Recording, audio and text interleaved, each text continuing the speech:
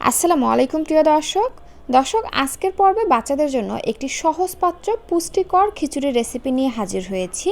প্রচণ্ড গরম পড়েছে, আর এই গরমে বাচ্চাদেরকে যদি ঘোরপা খিচুড়ি রান্না করে না দিয়ে এরকমের সহজ উপায়ে খিচুড়ি রান্না করে দেন, তাহলে কিন্তু বাচ্চারা যেমন পর্যাপ্ত পুষ্টি পাবে, সেই সাথে বাচ্চারা খাবারটি সহজে হজম করতে পারবে এবং বাচ্চাদের গ্যাসের সমস্যাও কম হবে। বাচ্চারা ভালো ঘুমাবে রাতে, এক কথায় বাচ্চারা সুস্থ থাকবে।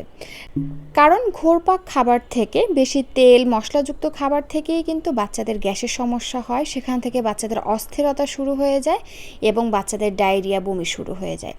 তো এই গরমে খাবারটাই কিন্তু বাচ্চাদের সুস্থ থাকার মেন ওষুধ। তো যাই হোক, আমি এখানে একটা প্যানের মধ্যে দিয়ে দিলাম বাচ্চার চাহিদা বুঝে পরিমাণ অনুযায়ী পোলাওর চাল।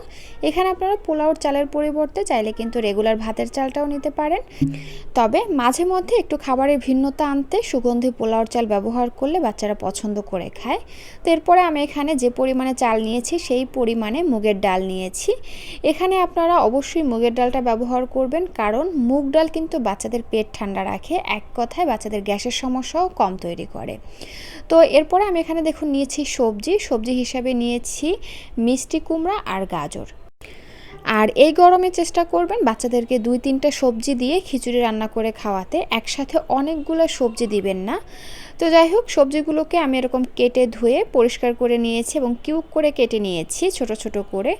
তো এরপরে হচ্ছে আমি এগুলো সিদ্ধ হওয়ার জন্য দিয়ে দিচ্ছি পর্যাপ্ত পরিমাণে পানি।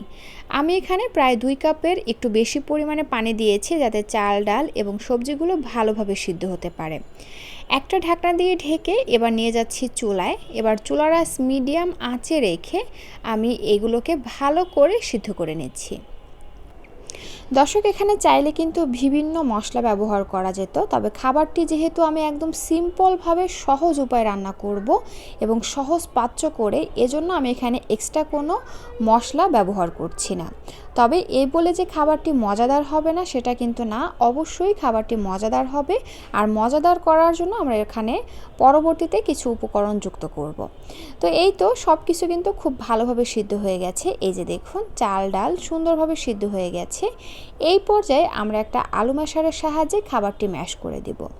অনেকেই এখানে খাবার ম্যাশ করার পরিবর্তে ব্লেন্ডারে দিয়ে ব্লেন্ড করেন। তো সেই ক্ষেত্রে আমি বলবো বাচ্চাদের খাবার ব্লেন্ড করে না দিয়ে এভাবে ম্যাশ করে দিবেন। এতে করে বাচ্চাদের খাবারে যেমন স্বাদটাও ঠিক থাকবে, তেমনি পুষ্টিটাও ঠিক থাকবে। তো এই তো আমি এভাবে ব্লেন্ড করে নিয়েছি। আপনাদের বাচ্চারা যেভাবে খেয়ে অভ্যস্ত সেভাবে ব্লেন্ড করে নেবেন। এবার এখানে আমি দিয়ে দিচ্ছি 1 চা চামচের মতন ঘি, 1/2 চা চামচেরও কম পরিমাণে জিরার গুঁড়া এবং স্বাদ অনুযায়ী লবণ। দর্শক, যে সকল বাচ্চারা লবণ ছাড়া খাবার খেয়ে অভ্যস্ত তাদের ক্ষেত্রে এখানে লবণটা স্কিপ করে যাবেন।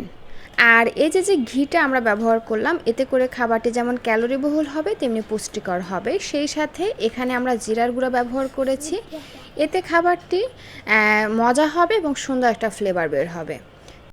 এই তো এবার নেড়ে চেড়ে সব কিছু খুব ভালো করে মিশিয়ে নিয়ে, যে যেমন ঘনত্বে রেখে বাচ্চাকে খাওয়াতে চান সে সেভাবে চুলা থেকে নামিয়ে নেবেন। আমি এভাবে চুলা থেকে নামিয়ে নিচ্ছি, কারণ খাবারটি ঠান্ডা হয়ে গেলে কিন্তু আরও কিছুটা ঘন হয়ে আসবে। আর এইভাবে খিচুড়ি রান্না করে আপনারা কিন্তু 7 মাস থেকে 3 বছর বয়সী বাচ্চাদেরকে সকালে, দুপুরে ও রাতের ভারী খাবার হিসাবে দিতে পারবেন। তো দর্শক, এই ছিল আমার আজকের আয়োজন। ভিডিওটি ভালো লাগলে প্লিজ একটি লাইক দিবেন, যাওয়ার আগে সুন্দর একটা কমেন্ট করে যাবেন। আল্লাহ হাফেজ।